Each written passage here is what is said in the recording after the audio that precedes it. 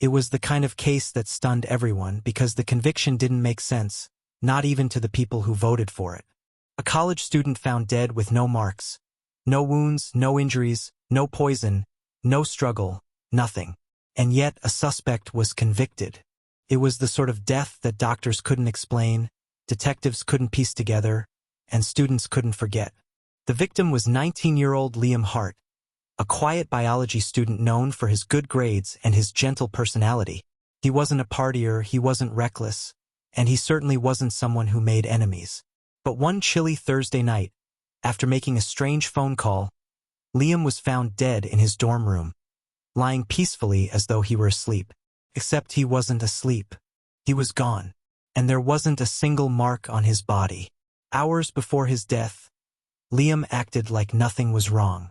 He attended a late study group, laughed with classmates, and walked back to his dorm carrying his backpack and a half-finished iced coffee.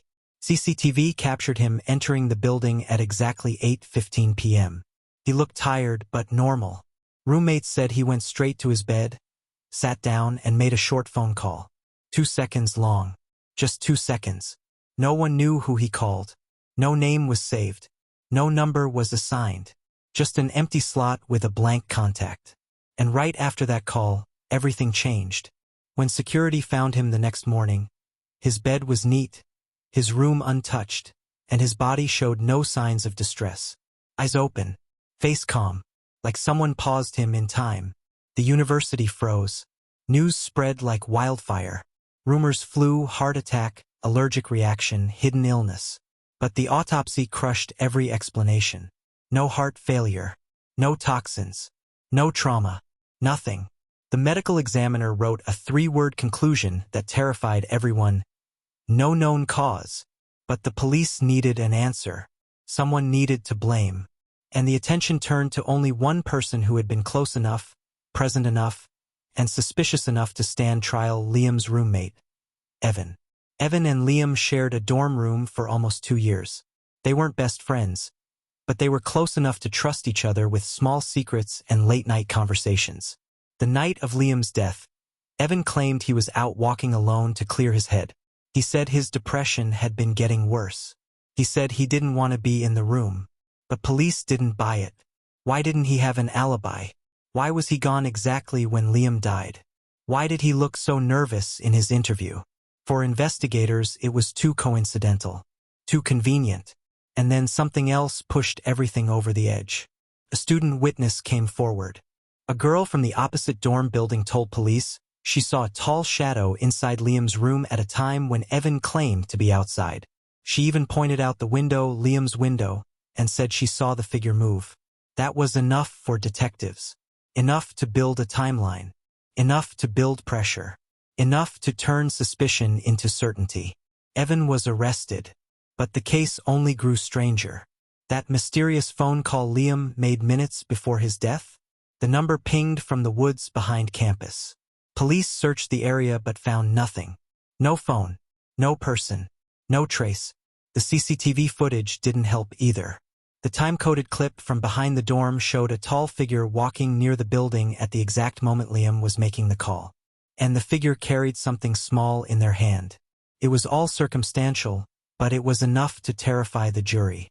Especially when prosecutors presented the biggest blow of all. A small prepaid SIM card discovered hidden behind Evan's old phone battery. An anonymous SIM, a burner SIM, and the prosecution argued it matched the unknown number Liam had called. Evan said he never used it, never bought it, didn't know how it got there. But the damage was already done. People didn't believe him.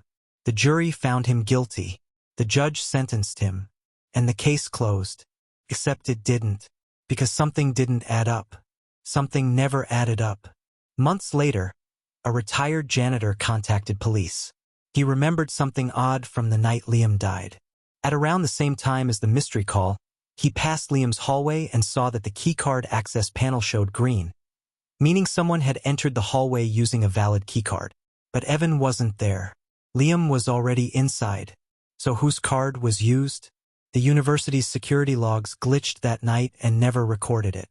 The man said he never thought much of it because maintenance cards sometimes triggered the panel, but he remembered that evening clearly. Something felt wrong.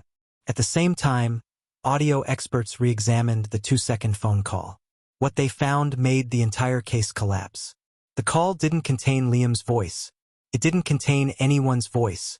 Contained nothing. Absolute digital silence. Not the kind caused by distance. Not interference. Not malfunction.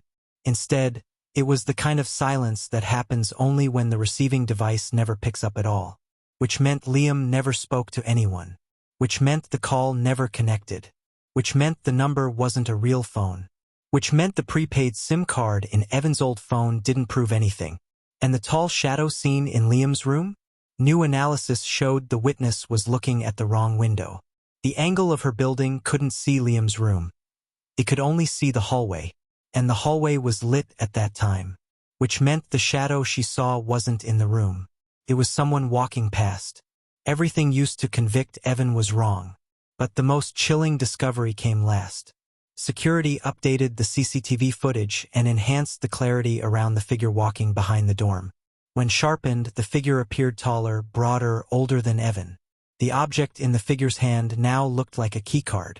And the gait matched that of the retired janitor, not when he was young but recently. Except the janitor insisted he never walked behind the dorm that night. He was inside, cleaning. Then who was it? To this day, no one knows, because after reviewing all the footage, all the digital traces, and all the logs, investigators reached one terrifying, undeniable realization. Someone had been inside Liam's hallway using an authorized keycard. Someone had walked behind the dorm carrying a small device. Someone had triggered a phone number that wasn't a phone. And someone had been inside the building at the exact moment Liam died. Someone who left no marks, no signs, no trace. Evan was released. The conviction overturned. His life broken but his name cleared. But the truth, the real truth, it never surfaced. Some believe Liam suffered from an undiagnosed neurological collapse. Others believe a person with access, someone trusted, entered that hallway, stood outside his door, and did something that modern forensics still can't detect. And some believe the death was planned long before that night. Planned by someone Liam trusted. Someone Liam might have been trying to call. Someone who made sure that call never connected. The case remains open. The cause remains unknown. And the final lesson is haunting. Sometimes danger doesn't come with violence. Sometimes it comes quietly, silently, without leaving a single mark. And sometimes the scariest crimes are the ones that look like nothing happened at all.